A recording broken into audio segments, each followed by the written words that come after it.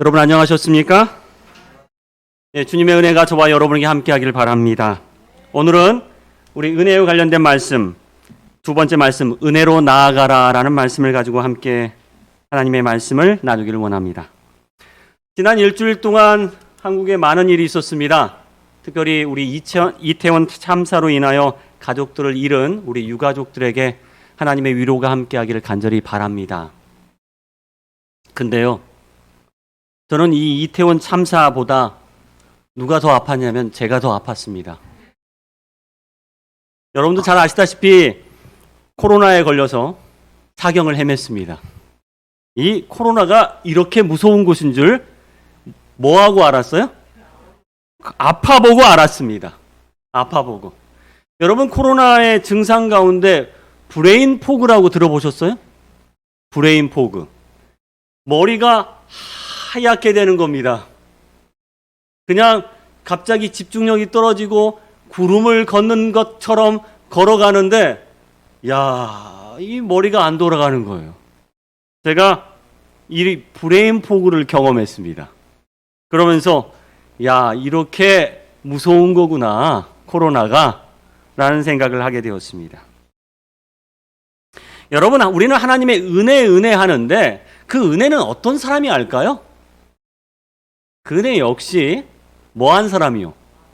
맛본 사람, 겪어본 사람이 아는 것 같아요.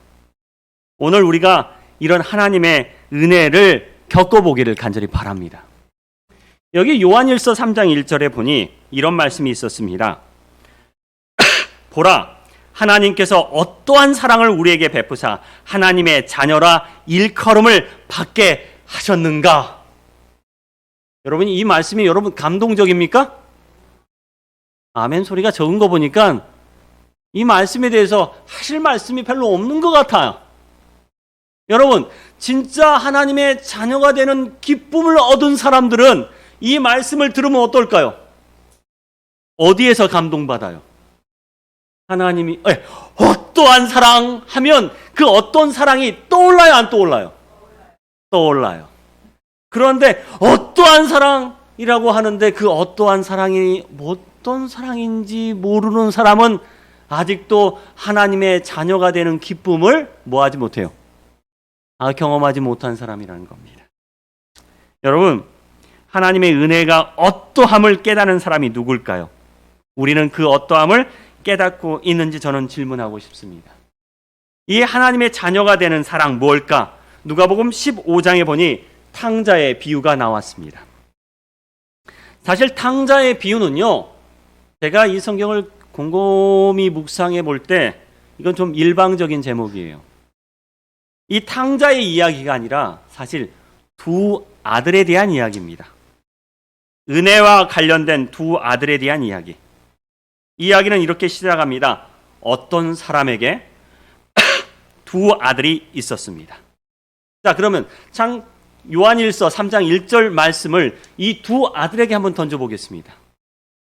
하나님께서 아버지께서 어떠한 사랑을 우리 아들들에게 베푸사 아버지의 자녀라 일컬음을 받게 하였는가?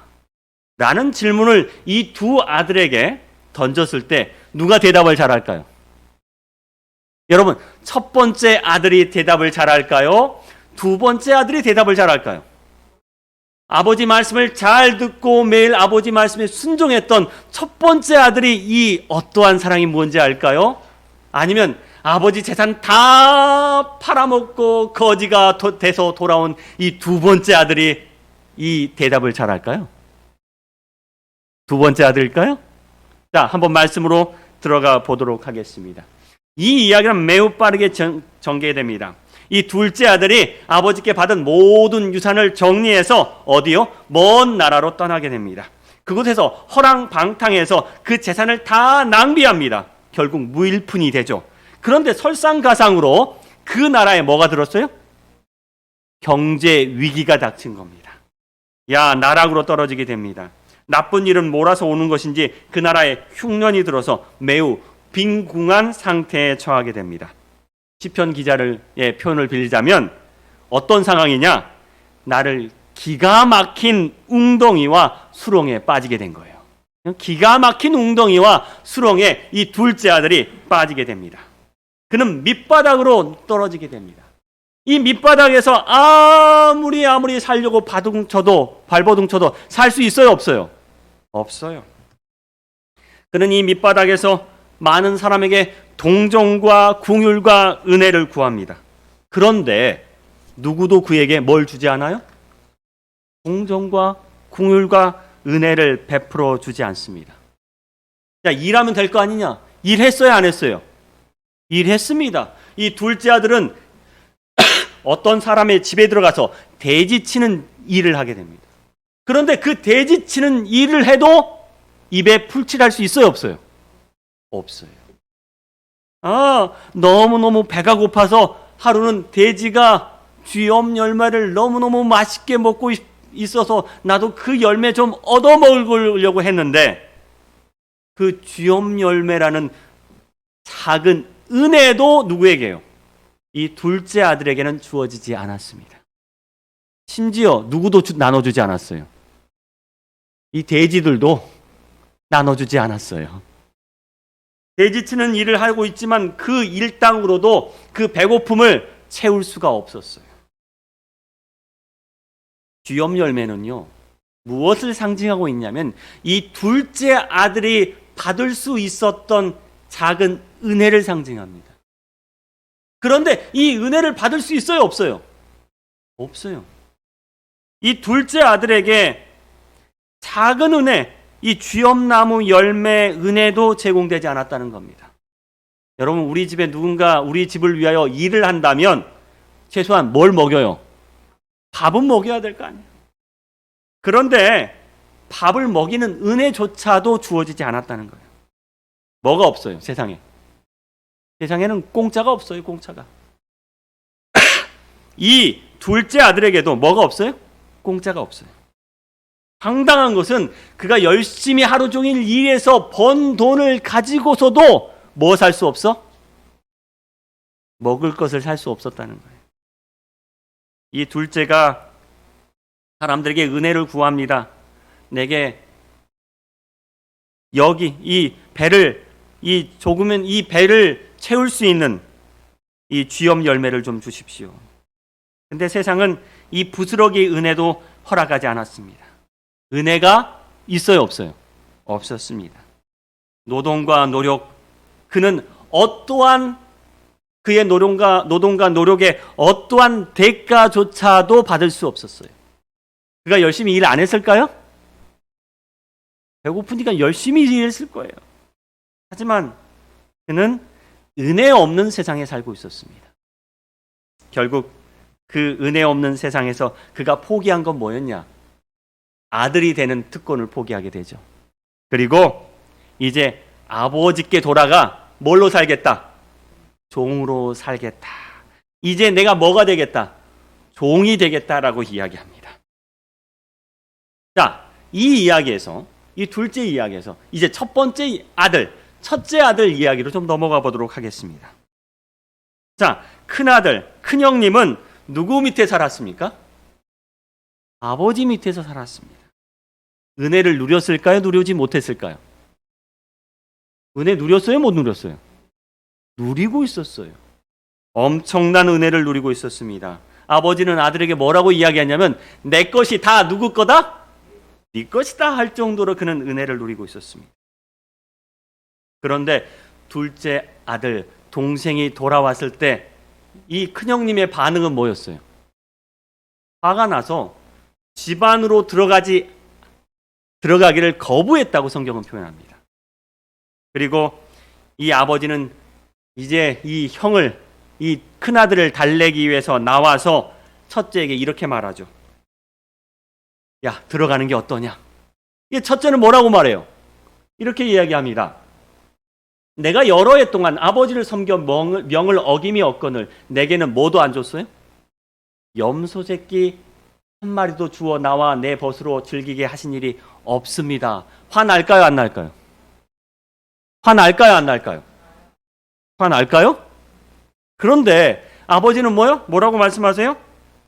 이 모든 것이 사실 너 것인데 왜 너 그렇게 생각하지? 라고 이야기하는 겁니다. 사실 큰형님, 큰아들은 모든 것을 가지고 있는 사람이었어요. 그런데 누가 오니까, 둘째가 오니까 그는 무엇이 없다고 고백해요? 내게는 뭐가 없었습니다. 지금까지. 은혜가 없었습니다라고 고백하는 겁니다. 저는요, 아버지랑 살면서 한 번도 뭘 느껴보지 못했어요? 은혜를 느껴보지 못했어요. 은혜를. 아버지는 이렇게 이야기하죠. 야, 항상 나와 함께 있으니 내 것이 다 너 것인데, 그는 아버지의 모든 재산을 상속받을 유일한 상속자였어요. 그런데 이 상속자는 뭘 느끼지 못해요? 은혜를 느끼지 못했습니다. 은혜 안에 살고 있는 그에게 정작 은혜를 느끼지 못하며 살았습니다. 여러분, 큰아들에게 한번 물어보십시오. 보라, 아버지께서 어떠한 사랑을 너에게 베푸사 아버지의 자녀라 일컬음을 받게 하셨는가? 무슨 대답을 할까요? 이 큰아들은 무슨 대답을 할까요? 우리 아버지는요, 나를 종처럼 부리고 나한테 한 번이라도 뭐 준 적이 있어요, 없어요? 염소 새끼 한 마리 준 적이 없어요. 큰아들에게 은혜는 뭐였어요? 염소 새끼야. 근데 염소 새끼가 자기에게 한 번이라도 있어요, 없어요? 없어요. 곧 뭐가 없어? 은혜 없는 삶을 살았다는 거예요. 그는 은혜가 없었습니다. 그의 삶 속에는 아버지의 은혜가 전혀 보이지 않았습니다. 자, 이제 둘째로 돌아가 봅니다. 이제 둘째는 어디로 갑니까, 여러분? 아버지께 돌아갑니다. 뭐 하기 위해서 돌아갑니까? 살기 위해 돌아갑니다. 자, 둘째는 살기 위해서 아버지께로 돌아가기로 결심합니다. 그러면서 이제는 아버지의 아들이 아니라 종으로 살아야지. 아버지의 아들이란 신분도 체면도 상속도 부끄러움도 모두 다 포기하고 누구에게 돌아가요? 아버지에게 돌아가요. 자, 여러분, 말씀의 핵심은 여기 있습니다. 아버지께 돌아가는 둘째 아들의 심정은 어땠을까요? 여러분, 어땠을까요? 아버지를 버리고 떠난 이 아들이 다시 아버지께 돌아갑니다. 아버지의 재산을 다 탕진하고 거지가 꼴이 되어 누구에게 돌아가요? 아버지께 돌아가는데, 여러분, 둘째 아들에게 기다리는 건 뭐였어요? 뭐였을까요? 여러분, 어릴 때 이런 숙제 해본 적 있으세요? 성적표에 부모님 도장 받아오세요. 우리 이은숙 집사님 너무 화내지 마십시오. 여러분, 성적표가 엉망이면 내가 집에 가는 길이 무슨 길이야? 천국이에요? 지옥이에요? 지옥이에요. 저희 아버지가 이 설교를 지금 방송으로 듣고 계신지는 모르겠지만 저도 아버지 몰래 도장 몇 번 찍어봤습니다. 뭐야? 내가 좋은 성적을 가지고 돌아가면 돌아가는 길이 뭐야? 천국이야. 야, 앞길에 무슨 길이야, 여러분? 꽃길이야. 은혜가 막 펼쳐져 있어, 막. 그런데 성적이 안 좋았어. 그러면 앞길이 무슨 길이냐면 가시밭길이에요, 가시밭길. 그리고 내가 가는 집이 무슨야? 어떤 곳이야? 지옥이야. 그곳에는 뭐가 베풀어져 있어요? 심판이 베풀어져 있어요. 아들아, 성적표 갖고 와야지. 하는 순간 마음이 덜컹 내려앉으면서 이제 아버지께 뭐 했다? 혼났다. 이게 심하면요, 집에 들어가요, 안 들어가요? 안 들어가고 어디 가요? 친구들네 집 가는 가출하는 사람도 있어요. 난 도저히 이 성적표 가지고 어디 갈 수 없어요. 집에 갈 수 없으니 난 뭐야? 가출이나 해야겠다. 가출합니다. 여러분, 한번 생각해 보십시오. 둘째 아들이 가산을 모두 탕진하고 거지꼴로 집에 가고 있었어요. 그가 집에 가는 길이 천국이에요? 지옥이에요? 지옥입니다. 지옥이에요. 심판을 받으러 가요? 은혜 받으러 가요? 여러분, 이 이야기의 결론을 알고 있기 때문에 그렇지만요, 둘째 아들 심정을 좀 가져보세요. 둘째 아들은요, 지금요, 심판받으러 가는 거예요. 심판. 은혜 받으러 가는 게 아니라 심판의 자리로 가는 겁니다. 그러면서 뭐라고 생각해요? 내가 물러날 수 있는 건 어디까지 물러나요? 나 이제 아버지 아들 안 하고 뭘로요? 내 종으로 그냥 살겠습니다. 둘째 아들에게 생각은 내 앞에 뭐가 기다리고 있는 거예요? 심판이 기다리고 있는 거예요. 아, 내가 어떠한 벌도 달게 받겠습니다. 몸만 살려주세요. 목숨만 살려주시고 내 쥐업 열매 먹으라고 해도 내가 먹어야 안 먹어요? 먹겠습니다. 나 열심히 일할게요. 자, 이제 아버지라 아들이라 일컬음을 감당하지 못합니다. 저 발 달게 받겠습니다. 어떤 이들에게는 하나님께 나가는 길이 심판의 보좌로 나가는 것처럼 느껴질 수 있습니다. 모든 죄인은 하나님께 나가는 길이 자신의 저지른 일에 대한 심판과 질책과 꾸중이 기다린다고 생각하니 그 길은 뭐야? 심판의 보좌로 나가는 거예요.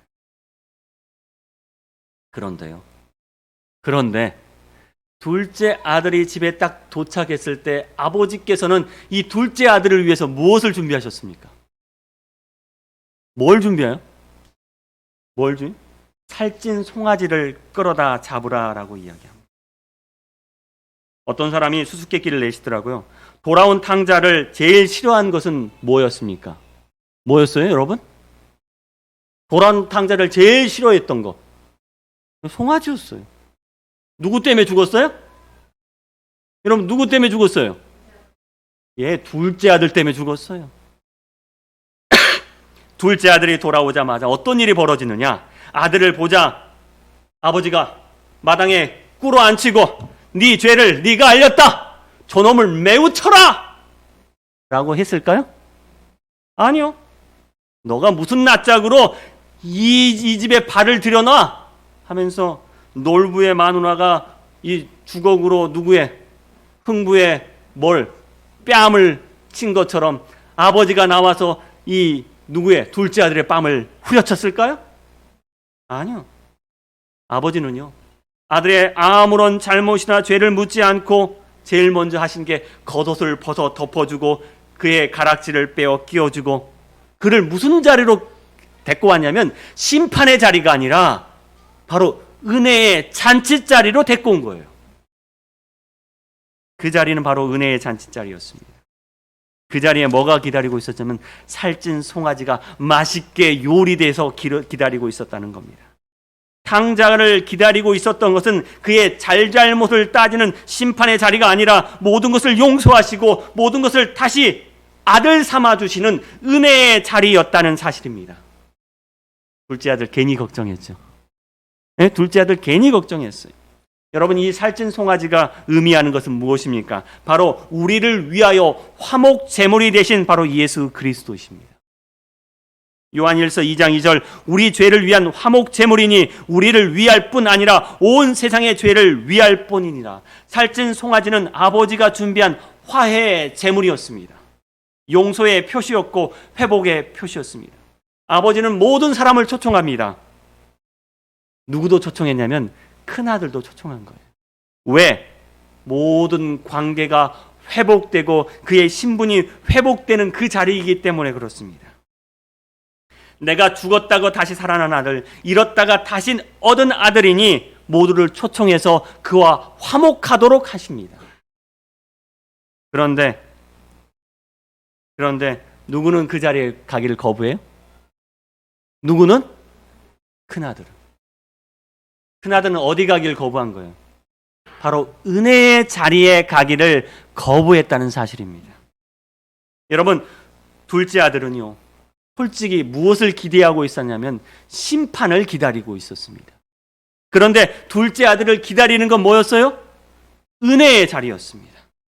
일하지도 않는 둘째를 위하여 마련한 살찐 송아지는 바로 화목제물 대신 예수 그리스도의 용서의 은혜며 그분의 사랑입니다. 다시 한번 묻겠습니다. 보라, 아버지께서 어떠한 사랑을 우리에게 베푸사 하나님의 자녀라 일컬음을 받게 하셨는가? 여러분, 누가 대답할 수 있을까요? 여러분, 첫째 아들이 대답할 수 있을까요? 아니면 둘째 아들이 대답할 수 있을까요? 작은 아들, 둘째 아들은 일하지 않는 자였지만 큰 아들은 일하는 자였습니다. 작은 아들은 아버지께 나아갔지만 큰 아들은 아버지께 나가지 않았습니다. 작은 아들은 아버지 앞에서 죄인이었지만 큰 아들은 아버지 앞에서 항상 의인이었습니다. 작은 아들은 뭐가 필요해요? 아버지의 은혜가 필요한 사람이었지만 큰 아들은 아버지의 은혜를 구하지 않았습니다. 작은 아들은 자신을 위해 살찐 송아지를 잡아주신 분이 바로 내 아버지였지만 큰 아들은 자기의 아버지가 뭐예요? 나에게는 염소 새끼 한 마리도 내어주지 않는 그러한 아버지였습니다. 결론은 둘째 아들에게 자신의 잘못을 감싸주고 자신을 아들로 받아주시고 자신을 용서하시며 자신에게 은혜를 베푸시는 아버지를 보았지만 큰 아들은요, 아버지가 감시하는 사람이었고 차별하는 아버지고 실수나 잘못을 용납지 아니하시는 아버지라고 생각하고 있었다는 겁니다. 그래서 큰 아들은 한 번도 아버지에게 뭐 달라고 말을 못해요? 뭐 달라고? 염소 새끼 한 마리 나를 위해 내어달라고 말하지 못했다는 거예요. 이 차이가 바로 어디 있느냐? 은혜를 구하고 은혜를 구하지 않았다는 겁니다. 성경은 이렇게 말합니다.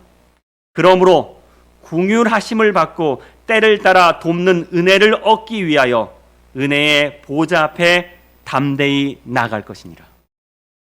여러분, 은혜의 보좌 앞에 담대히 나갈 것이다. 왜 여기에 담대히 나가야 되죠? 왜 담대히 나가야 되죠? 죄인에게 은혜의 보좌예요? 심판의 보좌예요? 여러분, 내가 죄인이라면 내가 가는 것이 심판이에요? 은혜예요? 은혜였으면 좋겠는데 내 마음은 뭐요? 어디로 가고 있어요? 심판으로 가고 있어요. 근데 성경은 그렇게 이야기하지 않아요. 은혜의 보좌다. 그러니 너희가 뭐하라? 담대하게 어디로 가라? 그 보좌를 뚫고 나가라라고 말씀하고 있습니다. 여기에 진리가 있어요. 우리의 어떤 일은 하나님께 나가는 것이 심판의 보좌로 나가는 것처럼 느껴질 수 있습니다. 야, 죄인이 하나님 앞에 나가는 거, 야, 하나님 배반하고 죄 짓고 살인하고 미워하는데 어떻게든 내가 뭐 하고 싶어요? 도망가고 싶은데 내가 심판의 자리에 가고 싶어요? 안 가고 싶어요? 안 가고 싶은데. 근데 성경은 뭐라고 말해요? 죄인에게 이렇게 이야기합니다. 은혜의 보좌 앞으로 담대히 나가라. 죄인에게는 뻔뻔함이 필요해요. 그리고 그 은혜를 구해야 합니다. 은혜 앞에 나가야 합니다. 아들이 향한 곳이 아버지 집입니다. 주린 배를 움켜잡고 아버지의 은혜로 아버지의 집으로 나가야 합니다. 많은 사람들이 이런 말씀을 합니다. 도사 심판. 여러분 무서워요, 안 무서워요? 무서워요. 도사 심판 얼마나 무섭습니까? 그렇죠? 그런데 이 조사 심판의 자리는 바로 심판의 자리입니까? 은혜의 자리입니까? 여러분, 죄인에게 조사 심판이 무슨 자리예요? 심판의 자리처럼 느껴지지만 우리가 둘째 아들이 돼서 아버지께 나가면 은혜를 구하면 그 자리는 무슨 자리가 돼요? 은혜의 자리가 되는 겁니다. 어떤 분은 이렇게 이야기합니다. 심판은 없다. 조사 심판은 없다. 아니요. 우리가 그 자리에 나가면요. 그 자리에 우리 곁에 누가 계세요? 바로 예수 그리스도께서 서 계시는 겁니다. 여기에 이런 말씀이 있습니다. 예수께서 중보자로서 그들을 위하여 탄원하고자 누구 앞에? 하나님 앞에 나타나실 것이다. 그리스도께서 당신의 아버지께 충성된 백성들을 티나 주름 없는 잡힌 것이나 이런 것들이 없는 영광스러운 교회로 나타내기 위하여 당신의 의의 옷을 입히실 것이다.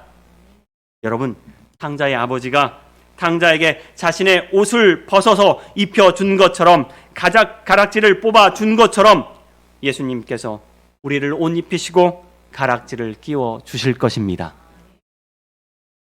보라, 아버지께서 어떠한 사랑을 우리에게 베푸사 하나님의 자녀라 일컬음을 받게 하셨는가. 많은 사람들은 하나님의 은혜의 보좌로 나가는 것을 두려워합니다.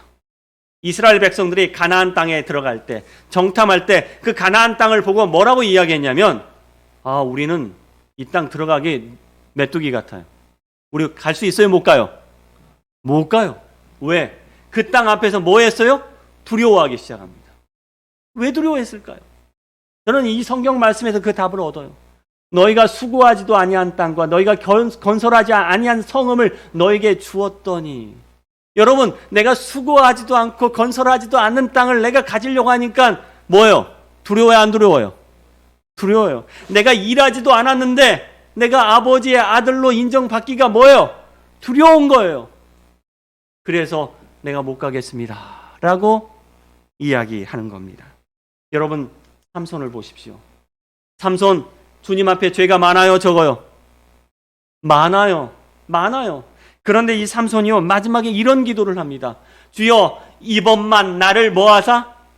강하게 하사 저 죄인들과 악인들과 죽게 하옵소서.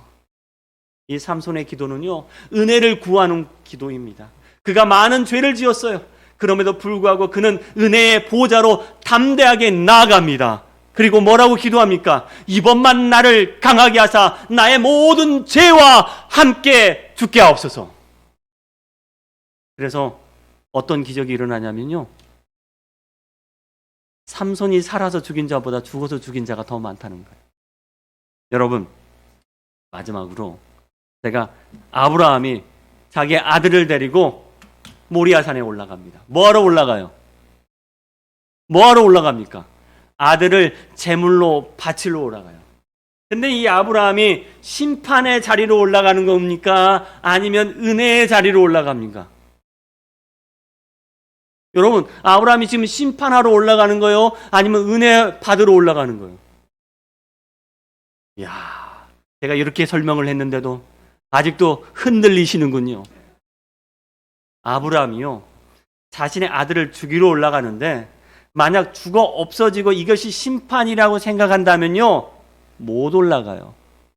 그런데 내 아들을 위해서 누가? 아버지 하나님이 무언가 준비하셨을 것이다. 그는 믿고 은혜의 보좌로 담대히 나가고 있는 겁니다. 모리아산은요, 아브라함에게 하나님의 은혜의 보좌였어요. 그래서 그가 죽을 수밖에 없는 이 하나밖에 없는 아들을 어디서 살리세요? 모리아산에서 살리신 거예요. 아브라함에게는 그 자리가 은혜의 보좌였다는 사실입니다. 사랑하는 여러분, 오늘 우리는 은혜의 보좌로 담대하게 나가시길 간절히 바랍니다. 여러분, 두려워하지 마십시오. 심판을 두려워하지 마십시오. 은혜를 구하십시오. 그리고 은혜의 보좌 앞으로 담대하게 매일 나가시길 바랍니다. 여러분, 매일 구하십시오. 그러면 주님은 주실 것입니다. 구하라, 너에게 주실 것이요, 찾으라, 그리하면 찾아낼 것이요, 문을 두드리라, 그리하면 너에게 열릴 것이라 말씀하셨으니, 여러분, 주님 앞으로 나가셔서 주의 은혜를 구하시길 바랍니다. 두려워하지 마시고 은혜의 보좌로 담대히 나가시는 저와 여러분 되길 바라며 오늘 말씀 드리겠습니다.